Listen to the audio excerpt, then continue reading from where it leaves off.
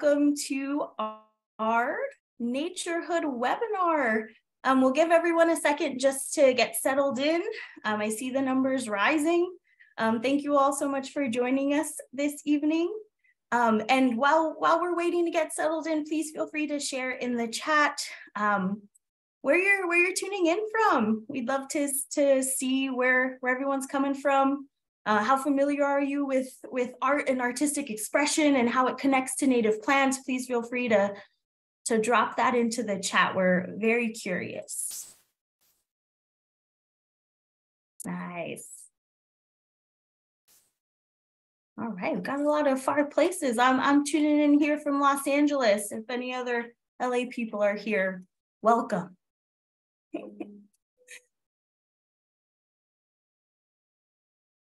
All right, we'll give it just another minute, make sure everyone's settled in and ready for this wonderful presentation. Wow, San Luis Obispo, West Hills, welcome, welcome, welcome. Escondido, welcome.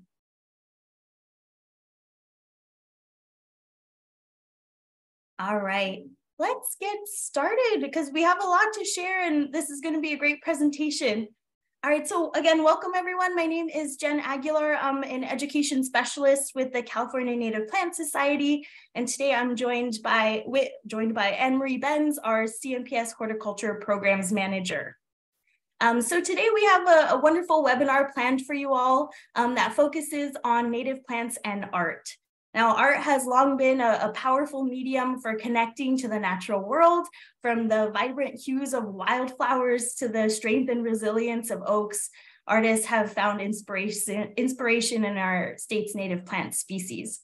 So for this evening's webinar, we have gathered a group of very talented artists whose work celebrates California native plants and hopefully sparks some conversation for you all around them. So let's get started. Let's jump into it so we can hear from all of them. So just before we jump into our presentations, I would like to let everyone know this webinar is from 5:30 to 6:30. If you do have to jump off for any reason, please feel free to do so. We are recording this and we'll put this webinar up on the CNPS YouTube page in a couple of days. So please check back then. You're also welcome to interact with us via chat. Any questions that you have for our panelists, for our presenters, please put those into the Q&A feature and we'll be checking that and making sure we're keeping track of all of your wonderful questions. All right, let's dive right in. So we're going to be starting with Studio Tutto. So Studio Tutto is an LA-based public art team led by artists Sophia Lachin and Hennessy Christoffel. The duo designs and fabricates site-specific artwork to bring inviting color, organic texture, and appreciation of nature to all kinds of spaces. In over a decade, they've made more than 85 installations across California. Through a thoughtful process that considers community, geography, history, aesthetics, and environmental context, they seek to create artwork that honors its natural environment and connects with the community. So a big welcome to Studio Tutto. Thank you so much, Jen, and thank you to the California Native Plant Society for having us. We are so delighted to be here with you all this evening. So as Jen said, we are Studio Tutto. I am Sophia, and I'm here with Hennessy, my partner. We're based in LA, and we have been working together for over 14 years. And in that time, we've made about 85 installations across California. And we come to our practice collectively with kind of individual work. I make paintings and drawings that are meant to capture the alive and very boisterous native habitats in my hometown bioregion of Los Angeles. And Hennessy is an illustrator and makes intricate drawings of flora that she discovers on hikes. Today, we want to share how we've bonded with nature through storytelling and art making, and how we're sharing that experience with others. So you really have to look at something in order to paint it. And that's how we've connected to our local nature in a very personal way. As a team, we create both two-dimensional works like murals, as well as three-dimensional works, sculptural installations, and architectural features.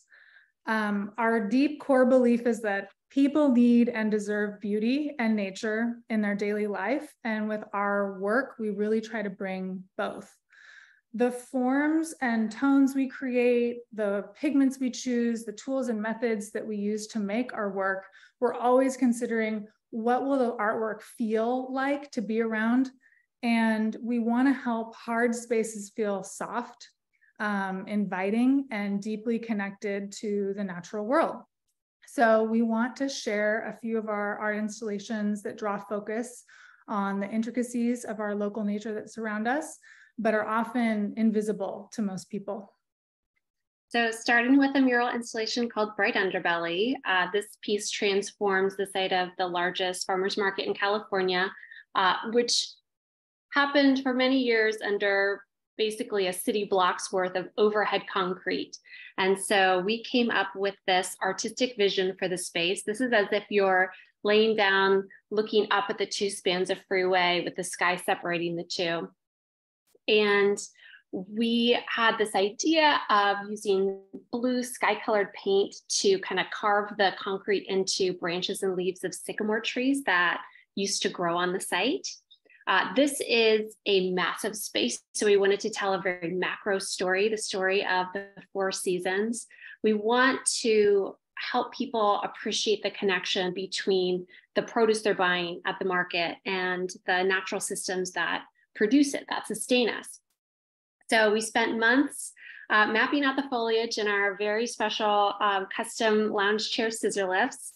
And then once we had all the foliage mapped in, we brought the space to life with all kinds of native birds and insects. We tried to place everything in the season where you would be able to observe it in the area. And as we were working, there were white-throated swifts zooming all around us. So we painted those throughout the mural. They were nesting under the freeway. And so the piece is sort of informally dedicated to them. And the last element of this mural installation is this ring of moons that visually and conceptually frames the artwork. It's the lunar cycle for 1 year. And this was a very community-driven piece. And so we celebrated the completion with a few different events. My favorite was the community day where kids ran around with these scavenger hunts looking for all of the critters that we had painted into the artwork. And then we ended with what ended up being, I would say, a surprisingly elegant under the freeway feast. It was a 400-person dinner on the first day of spring, where we shared food that was prepared using ingredients purchased at the market that very morning. So in our work, we tell stories in nature that reveal hidden narratives within a landscape, like the natural history of a place.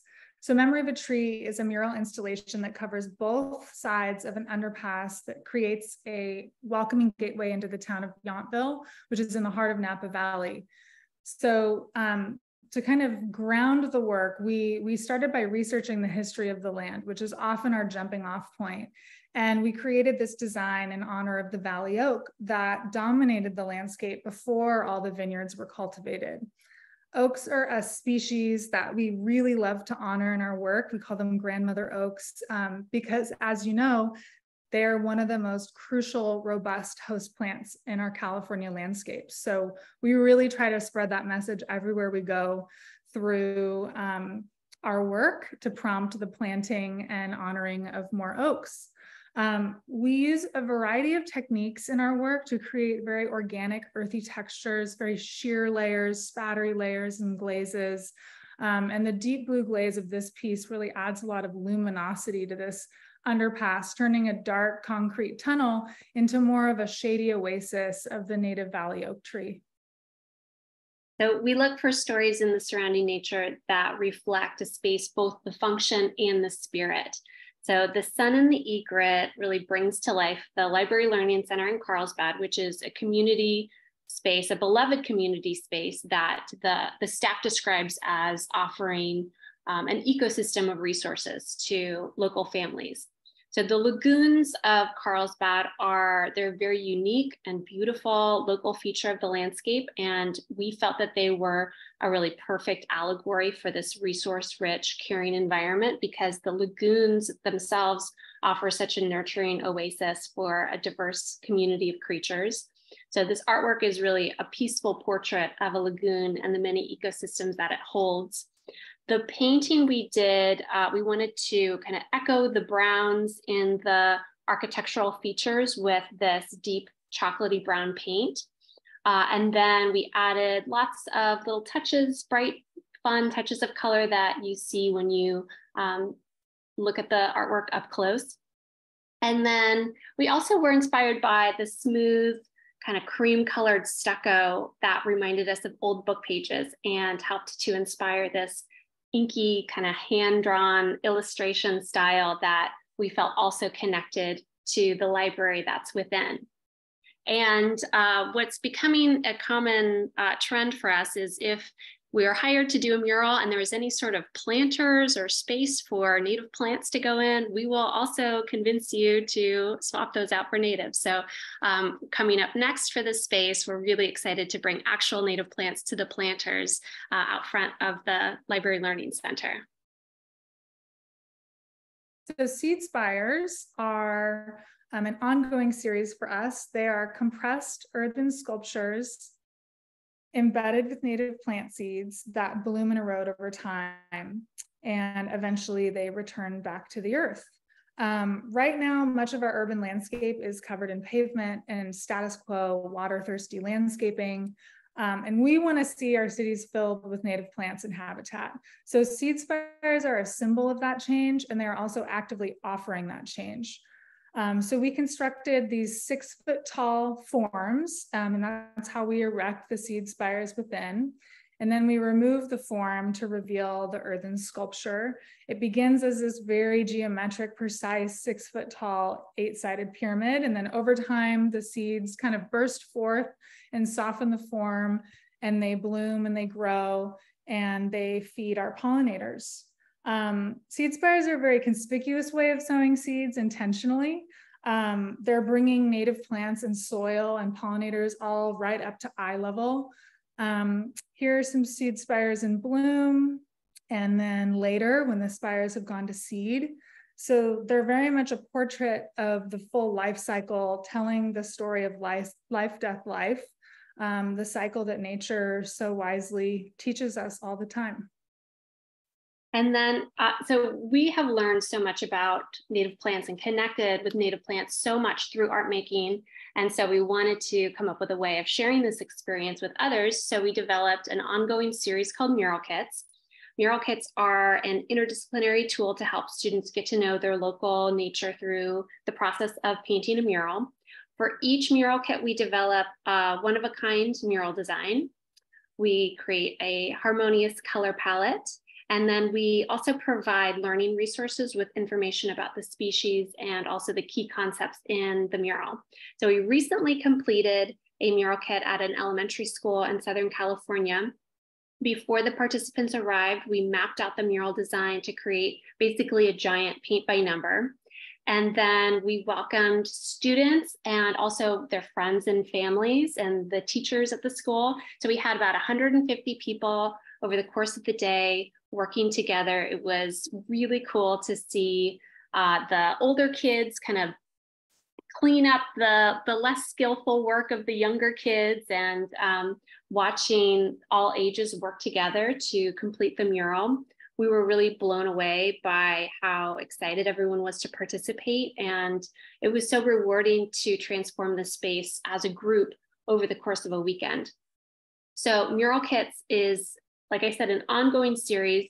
The idea was really to share this experience with kids, but we've sort of realized that all humans need these kinds of experiences. So we recently had the opportunity to lead a mural kit for educators at the CNPS Summer Educator Conference, and it was really wonderful. The participants described the painting process as very peaceful. They appreciated how approachable the mapped out wall felt. And they noticed the nonverbal connection that is fostered through collective painting side by side, which I think is kind of a unique feature of mural kits. So this community bonding, native plant education, creative outlets, these are things that we all need. And so we're really excited to be pursuing mural kits for adults as well. So we really just want to encourage you all to discover the stories in your surrounding bioregion and your beautiful native landscapes and try integrating them into your artwork, and then also integrate them into your daily life practices. So thank you so much for learning more about our work. And lastly, I wanted to share just a few links to be in touch. We'd love to hear from you. So sophialichin.com has a series of my botanical paintings and studio work if you're interested in those, and you can find more about our nature-inspired murals and sculptures to bring seed spires or mural kits to your community at studiotutto.com. And it was such a pleasure. Thank you again for inviting us to share our work with you all. Yes, thank you so much. Thank you, Sophia and Hennessy, for that beautiful presentation. And, I think everyone's already inspired. We're getting lots of comments in the chat here, and, there's lots of thumbs up for an all ages mural kit. So I'll just leave that information with you. Great, thank you so much. And please, if there are any questions for Hennessy and Sophia, please feel free to put those into the Q&A. I know there were a couple of links and stuff that were shared in their presentation. We will be sharing those in our follow-up email with you all. All right, so let's move on to our next presentation. So next up, we have Esme Cabrera. Esme is an educator, artist, and sustainability and community advocate. As an artist, Esme enjoys capturing the beauty of the natural world through multiple mediums: drawing, painting, embroidery, crochet, and for the past couple of years, designing original origami representations of California native plants. Esme has been invited to present and teach her origami creations at schools, universities, and nonprofits.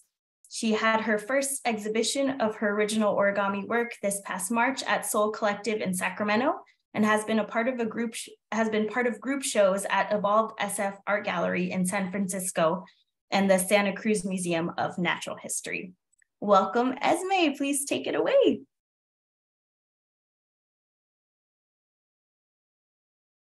Okay, thank you. And it said host disabled participant screen sharing. So not I think you should be all set. Let's see.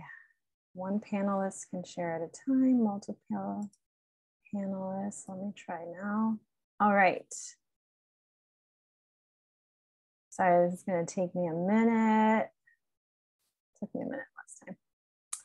View, slideshow. I need to move myself. Okay, and let me know when you guys can see my screen. Yeah, we're seeing presenter view from you, Esme.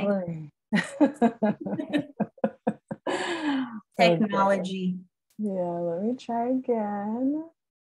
How about now? Same thing. Ay. Okay. Reset. Let me try again.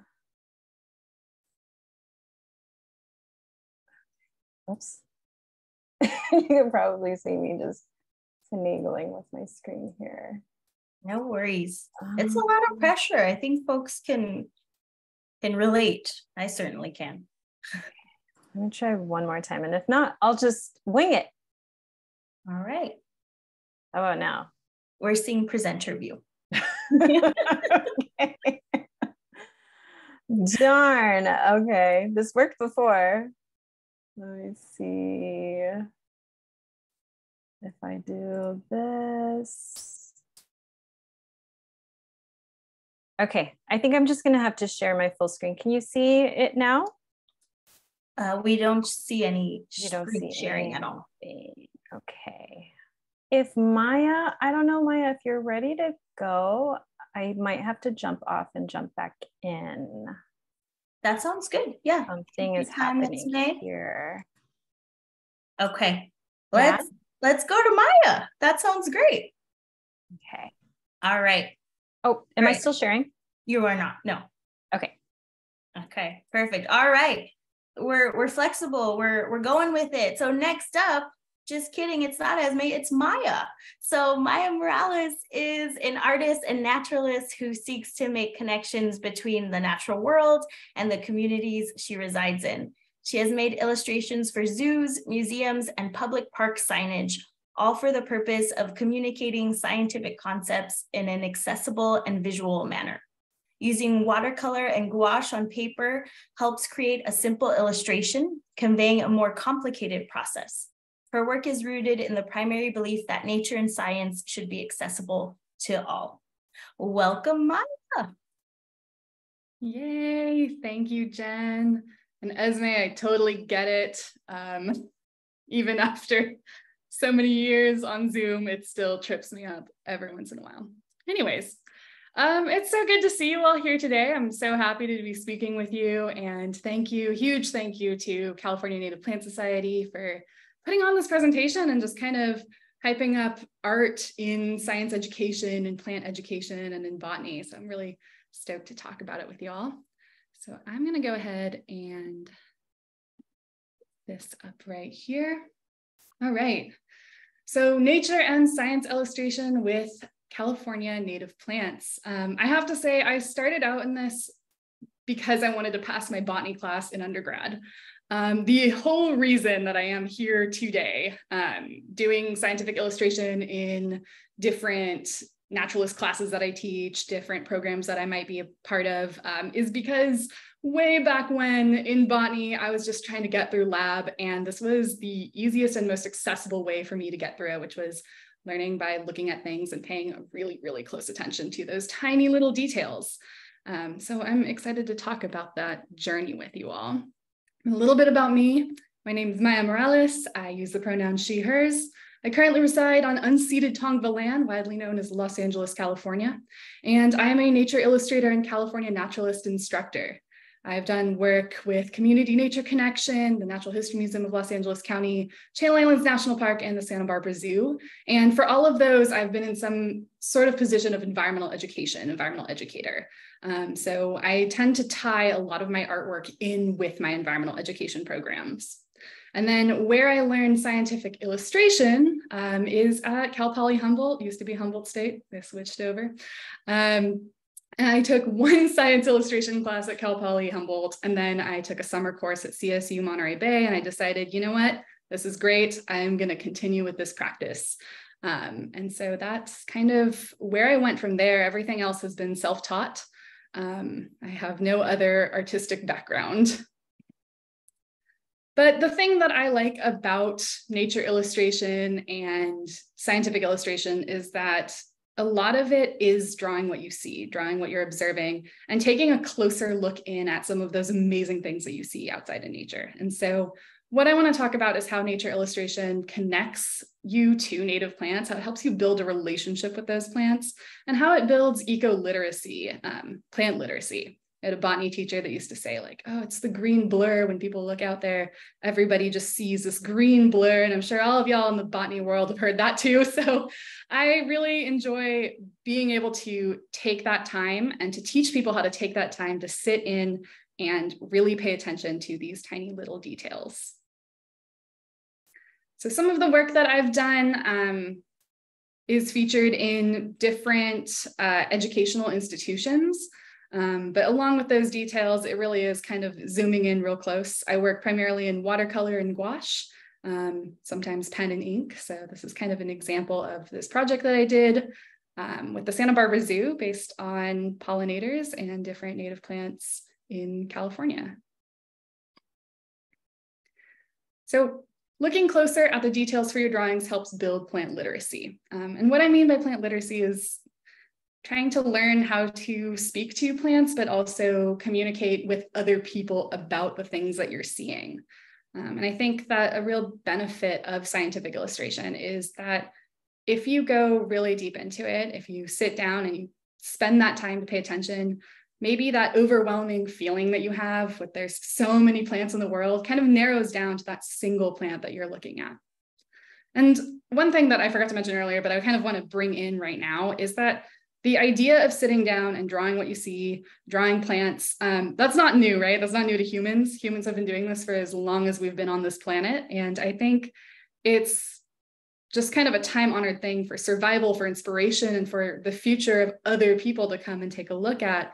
That scientific illustration doesn't have to be something that you see in a botany book or that you see published in this huge book of scientific illustrators from Western Europe. It can be anything before that, during that time, in different places, different cultures, different regions around the world. And it doesn't have to be just the plant itself. It can be its uses, it can be its cultural meaning, it can be traditions.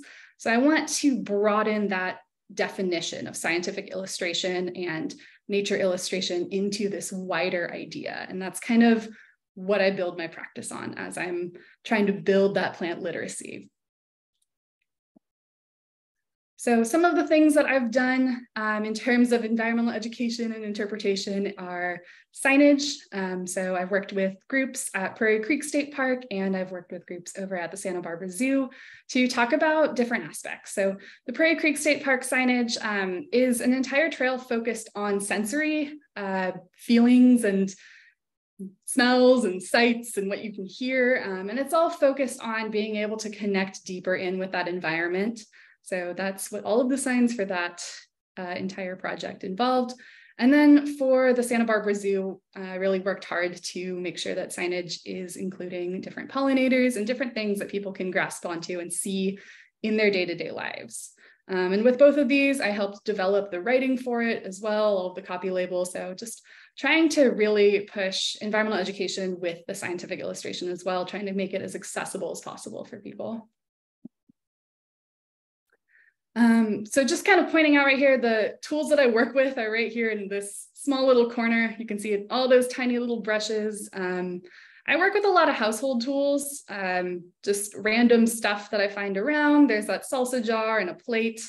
And I worked my way up to that nice Winsor Newton watercolor palette. I think one of the things that is a barrier for most people when they want to jump into scientific illustration or nature illustration, nature journaling, anything like that is, what do I need? What materials do I need to get? And I can tell you right now, if the bottom line that you have is just a pen and a paper, that works just as well, because what you're doing is just taking the time to really describe what you're seeing and maybe showing it to somebody else if you want to, right?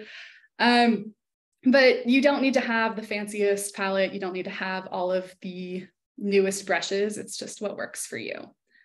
One thing that I want to point out when you're taking that time to kind of sit and draw that plant, trying to grow that curiosity and appreciation, is using this framework of I notice, I wonder, it reminds me of. If anybody here is in the environmental education sphere, you have likely heard that before. I like to use it as a prompt, maybe as a self prompt when I'm just sitting down to draw, if I'm looking at a reference photo or looking at a live reference. What do I notice? What do I wonder about this thing? You know, I wonder if maybe this one petal is connected in a certain way because of the evolution of this plant, right? So trying to really ask myself those questions. But I also use this framework in education as well. I will actually write out these prompts, give them to students who are in my California Naturalist classes, who might be in any sort of educational program that I'm putting on, and ask them to write out what they're seeing and then maybe draw it as well. So it doesn't always have to be drawing, but that's just a framework that I use. And I think another barrier that I see people kind of leaning towards when they think about how to even get started in this is, oh, I don't have a skill. I'm not good at drawing. And to that, I just kind of want to let you all know, I wasn't very good at drawing either. I still sometimes have a little bit of imposter syndrome with that, but I do want to say practice, effort. And I think most of the time, just to kind of bank off of what Sophia and Hennessy mentioned in their presentation, that meditative peace that you find when you're just going into something is worth so much more than worrying about what it's going to turn out like afterwards. So really spend that time to sit with something and try to give yourself a pat on the back. You know, don't don't be too impatient with your progress.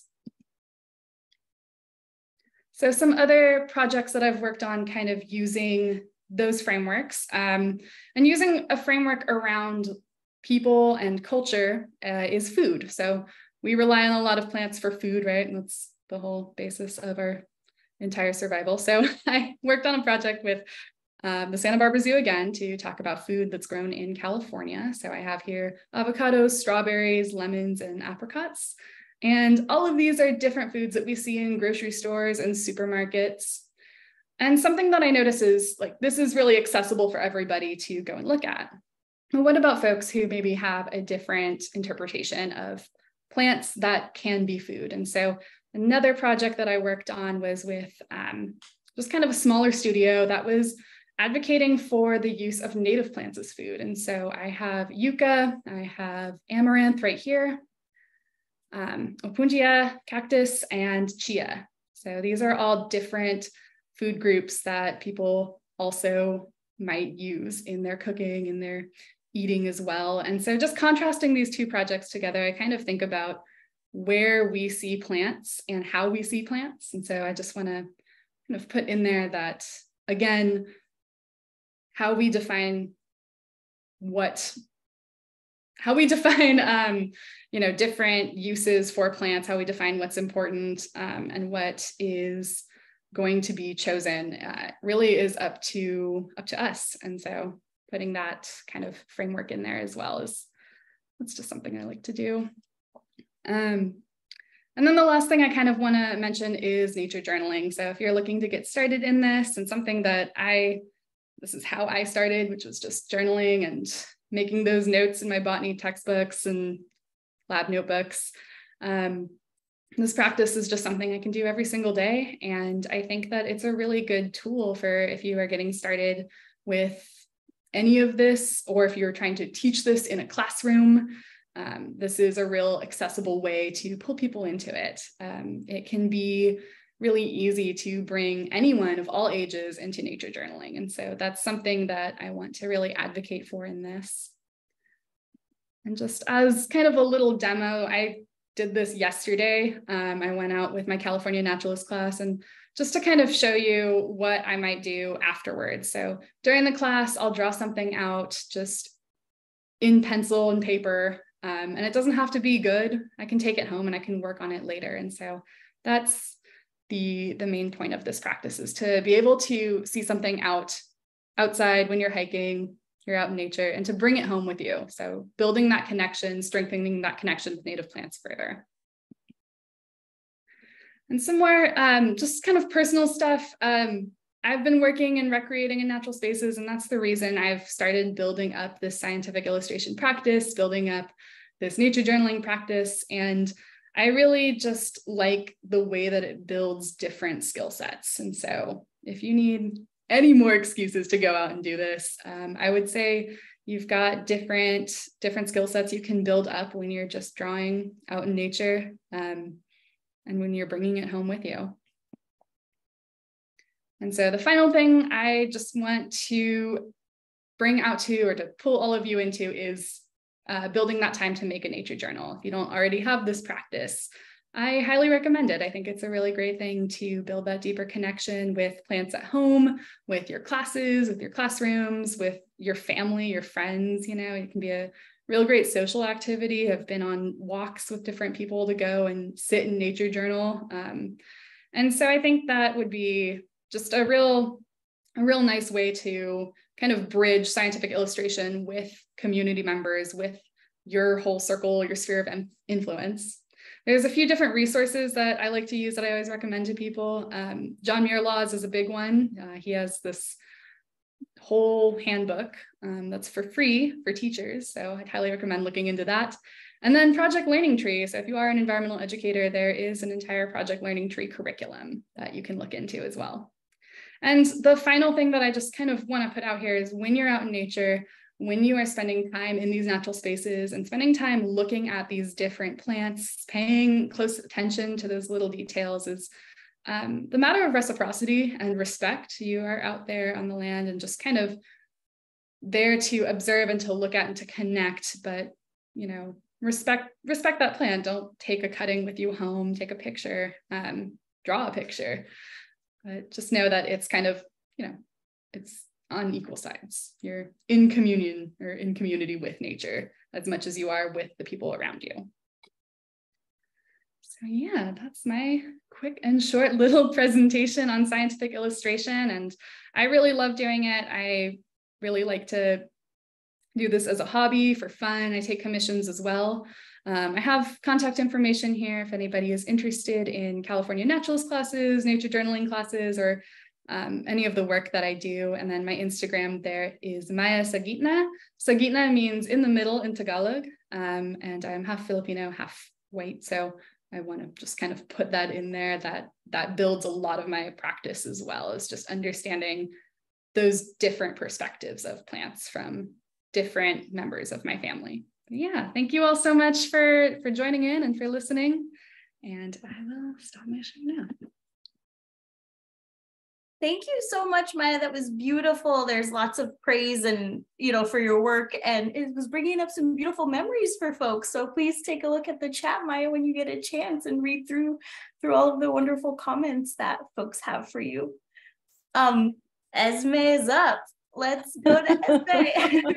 let me reread your intro here, just so folks remember who you are and what you do. All right, so again, Esme is an educator, artist, and sustainability and community advocate. As an artist, Esme enjoys capturing the beauty of the natural world through multiple mediums: drawing, painting, embroidery, crochet, and for the past couple of years, designing original origami representations of California native plants.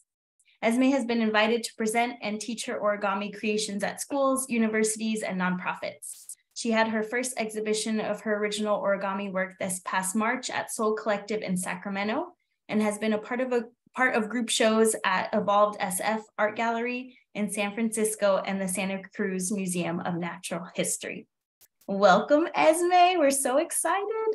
Gracias. And if you can just stay on your mic, just to let me know if I've got it this time. And if not, then we'll go to plan B. Do you see my presenter screen? We do. We see presenter screen.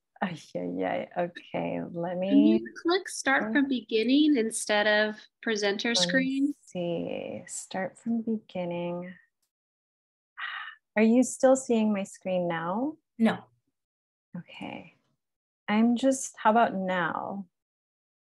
No, you're not sharing anymore. I'm not sharing anymore. Okay. Shoot.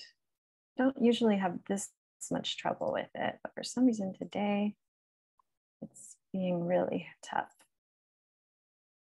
Do you see at least my Google slides? Yeah, we do see your slides. Click slideshow, the drop down, and just go to start from beginning. It's just I need notes. That's all. Yeah.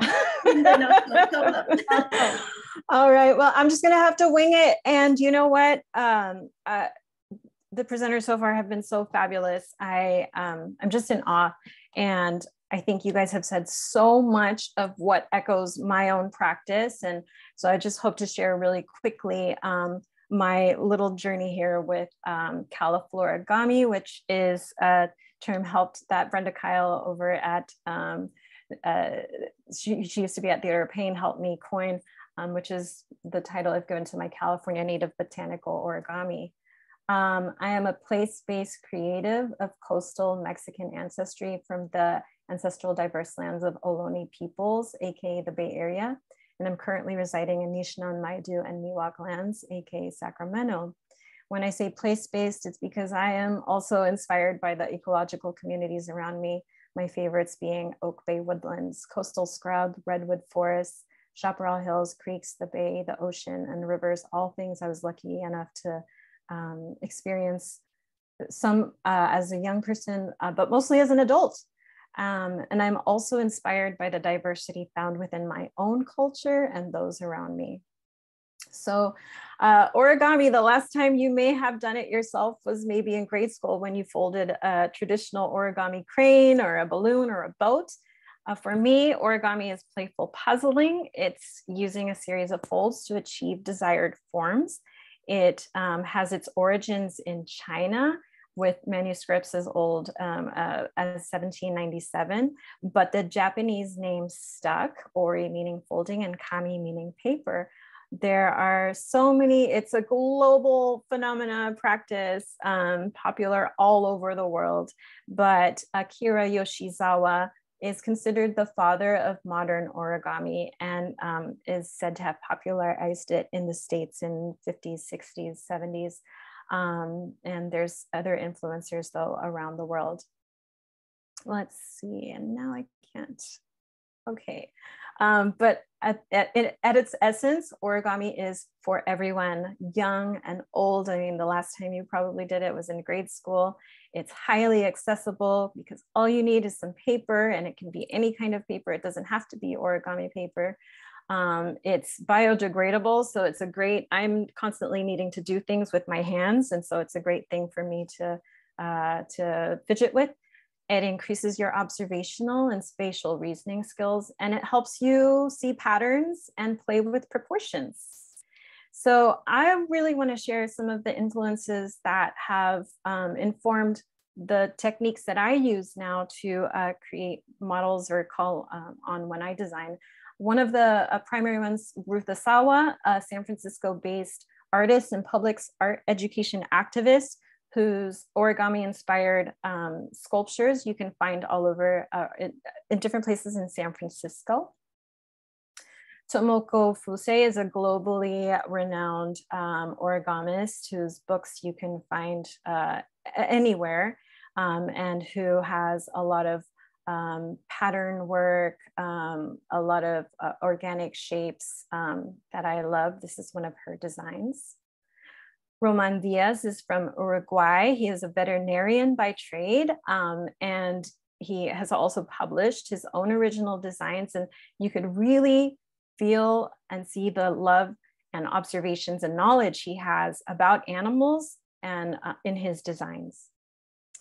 One of the more recent younger artists I follow is Secuat Leon, who is a biologist from Mexico, based out of Mexico City. And he recently actually had an exhibition in Spain showcasing his orchids and hummingbirds, which he specializes in. And they are based on the regions he is most familiar and intimate with, which I just think is a wonderful thing, and helps me like just feel really good about also echoing the same thing here with California native plants.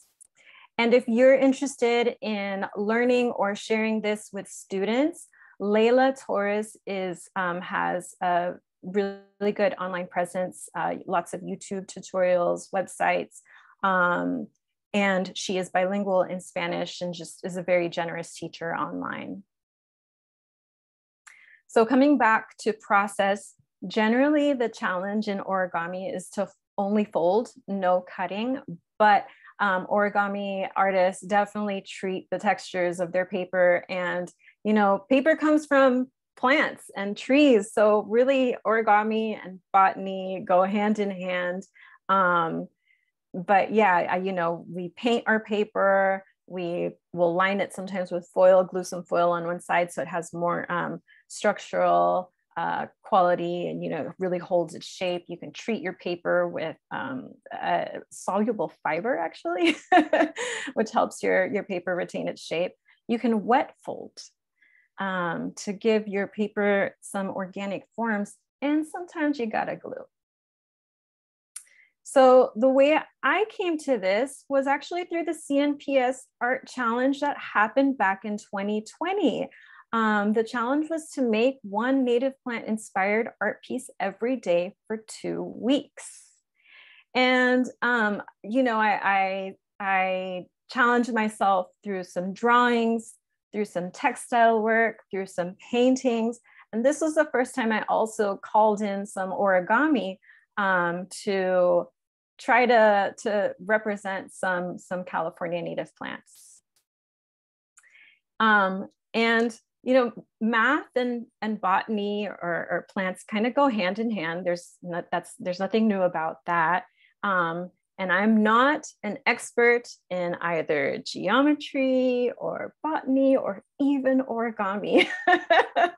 However, what I use is just basic shapes, right? And this is a great tool to go out with younger children with. What shapes do you see in the plants, in the flowers?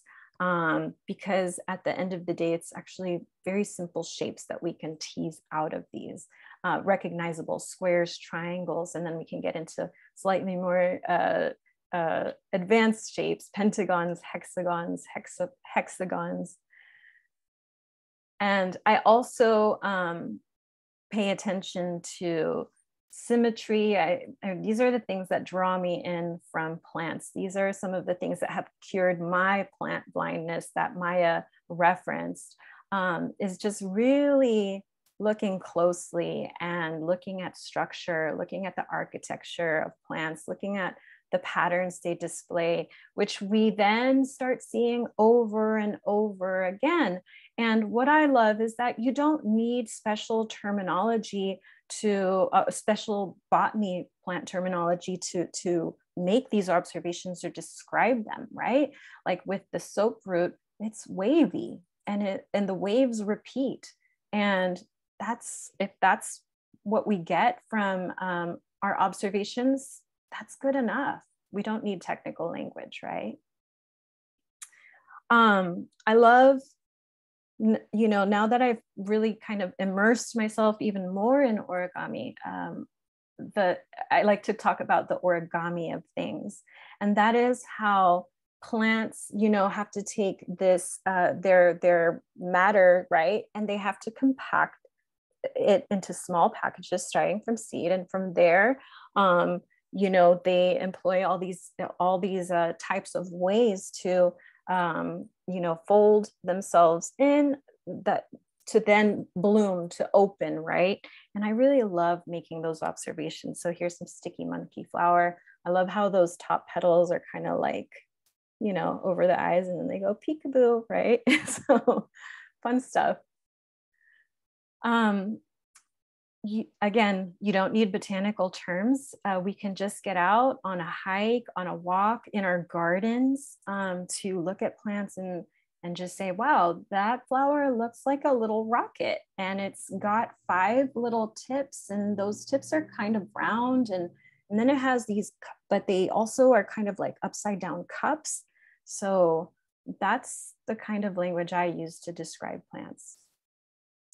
So back in 2020, that was, I started playing around with paper, and I said, you know what, let me try to fold a flower that I love, a shooting star. And that time I didn't really get what I wanted. However, I did, I'd never designed my own origami models before. I've been folding origami, but I've just been following YouTube videos and tutorials and books and other people's designs. But those have given me tools at this point in time now to actually use those techniques to now start shaping my own visions. This is not my flower design, but these are my modifications on a kind of simple flower that's out there by a designer named Michael LaFosse and Paper Maker 2, which I thought looked very much like Calicortis. I love it. Plants are constantly evolving as well, right? They have changed through time. They will keep changing through time. And I love that about origami as well, is that I can start off with one thing and then it'll inspire me. It'll look like something else. And I'll just progress from there. So I'll show you some of my original work. This is a co-silk tassel bush that I created from different modular origami, which is just different parts put together. And I put in some crochet elements to make both female and male catkins.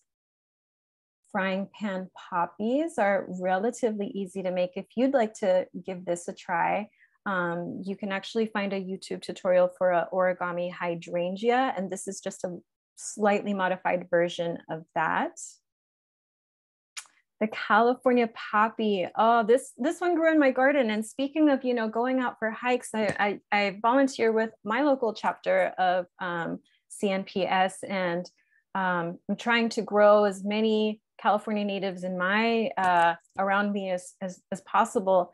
And it just allows me to get really intimate, really up and close, really in the face of my plants and flowers. And this was one which astounded me with its symmetry, but they're all beautiful, right? And it actually took me months to come up with the California puppy that I was happy with, but finally I have it. And if you'd like to try it, you can visit my Instagram page and try out the tutorial. Another wildflower I look forward to seeing every year is Purple Innocence, or Collinsia heterophylla. The challenge with this one being folding the paper so that you get two colors. This is some elegant Clarkia from my garden. Again, this is the second year I plant wildflowers, California native wildflowers. And so it's just really fun to be able to just see them from start to finish and just get to know them really, really well. If you ever folded a fortune teller, this is actually based off that shape. I don't get to see all the plants that I fold because I'm a native plant admirer, but I just don't get out that much. So friends sometimes send me photos, and I'm a big fan of Calicortis, but I've only seen like 2. And yeah, I love connecting with other folks through this now, you know, other native plant enthusiasts or experts, and yeah, it just helps me develop as an artist. Some beach morning glory and some chaparral morning glory, a little alien flower that you find under the redwoods, wild ginger, and lots of folks grow it in the home too. This is the folding pattern. So this isn't folded from a square. This is actually folded from an equilateral triangle. And then we have Toloache. This has been one that's really taken a lot of my attention. I have a lot of love for this plant. It all started with me posting this picture of, I use Instagram as kind of my own art journal. So I put stuff out there just to keep a record for myself, but I welcome, you know, folks interacting with my artwork. And somebody mentioned that this shape reminded them of Datura. So I'm like, okay, well, let me try it with a pentagon and see what I can get. And that just led to all sorts of play that Datura, it makes Datura special, right? Those spiral shapes. I even made a tool to try to get that spiral shape. The picture on the left is when you unfold the Datura, that is the folding pattern or crease pattern that is left. And at the end of the day, origami, for me, it just reflects the ephemeral quality of plants and how it takes time for them to develop, but they're temporary. And just like these paper models too, they're not forever. I can smush them, I can burn them, I can squash them and start all over again.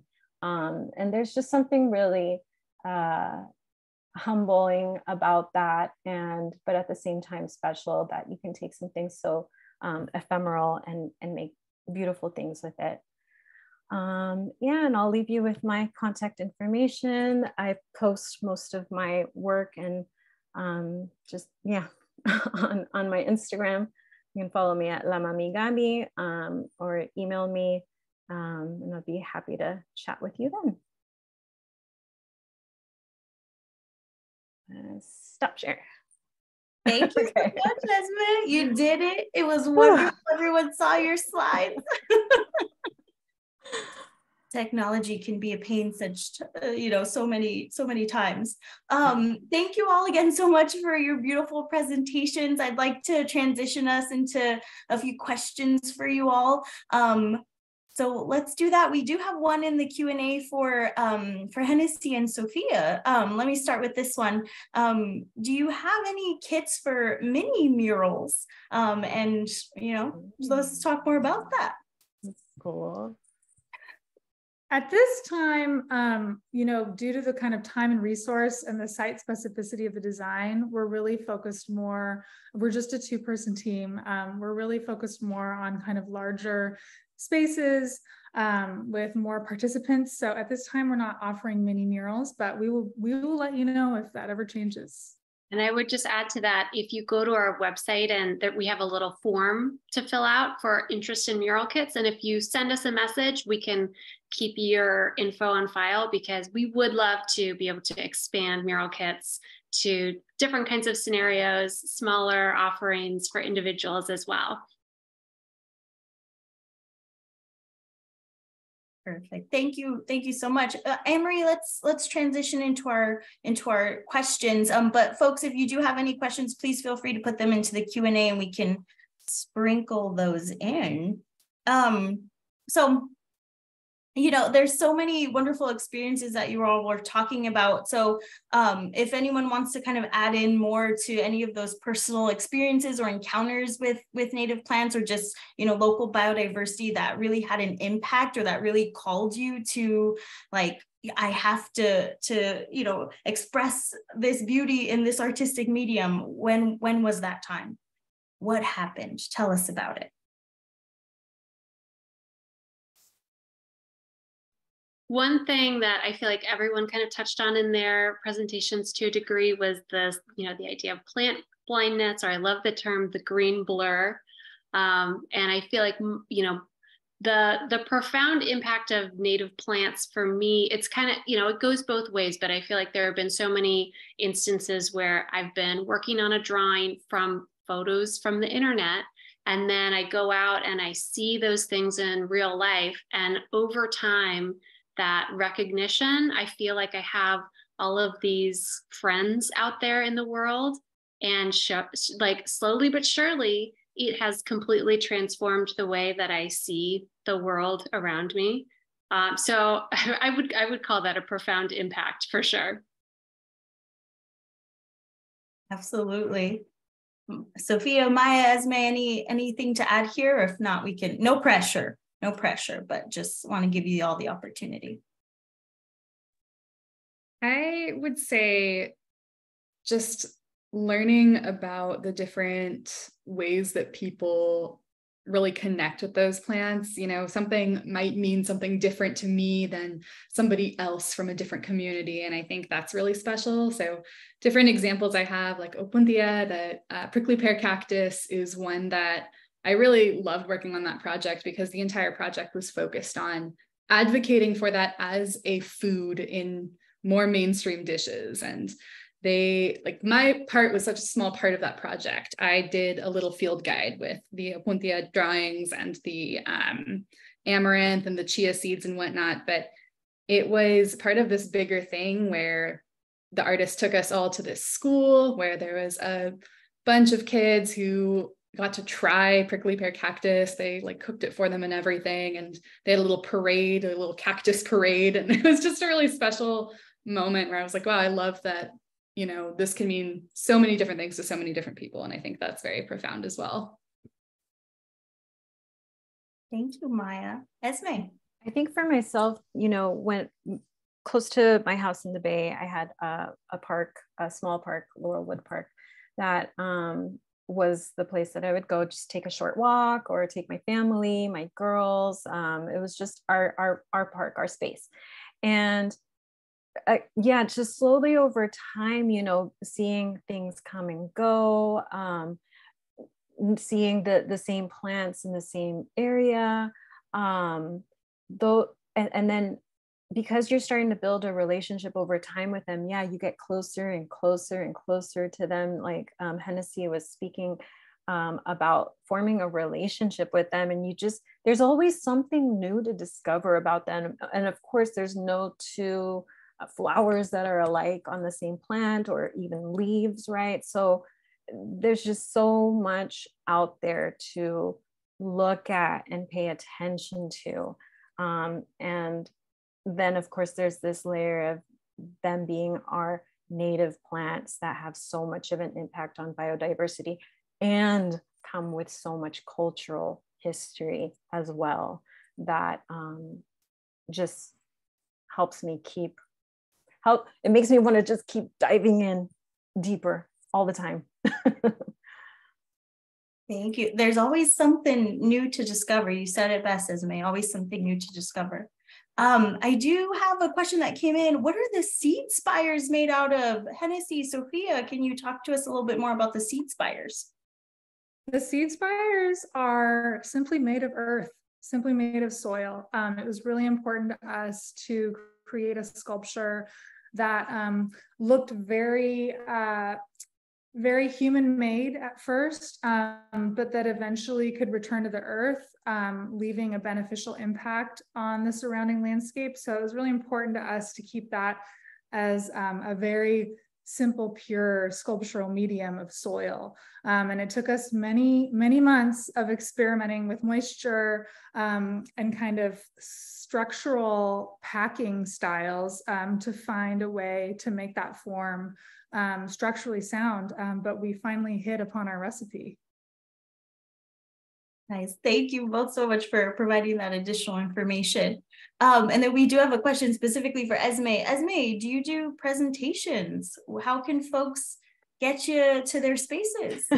I do work full time, so I do have to say my time is a little bit limited in going out and teaching origami, but I am working on either making my online tutorials much sharper, and I am more than happy to share my origami California poppy with anyone who wants to try it. It's actually pretty, it's very teachable, it's very learnable. Yeah, so, and origami is meant to be shared. So even though I'm busy, do contact me. We can try. All right, and again, we will be sharing out any contact information or any resources all of our speakers are sharing out today in our recap email. Anne-Marie, can we go to the next slide, please? I know we're right over time, and this question it speaks to me.